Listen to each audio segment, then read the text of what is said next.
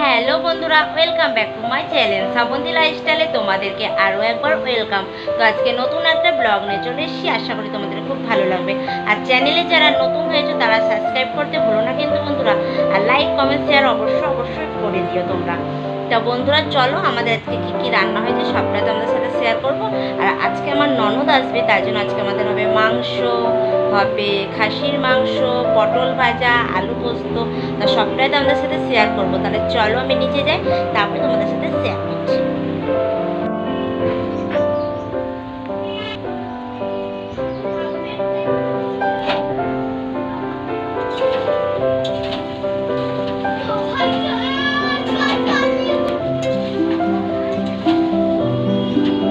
খেয়েছে বাপের বেটাতে আর কাকাতে।